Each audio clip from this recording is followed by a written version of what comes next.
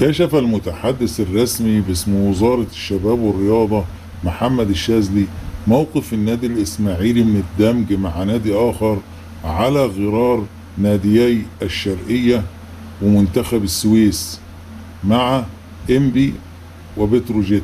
وقال الشاذلي في تصريحاته: موقف الإسماعيلي من الدمج مع نادي آخر لم يتحدد حتى الآن، وهناك اجتماعات مستمرة لهذا الشأن.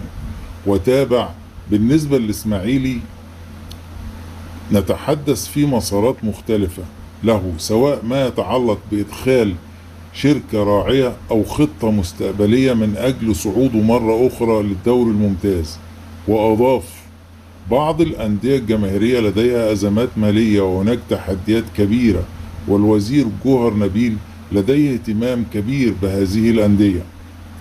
وعن دمج الشرقية وإنبي كشف: رخصة الشرقية أصبحت مجمدة، ونادي إنبي ملزم بتطوير وسداد جميع المديونات والمستحقات المتأخرة لدى نادي الشرقية، وهذا من خلال شركة الخدمات الرياضية.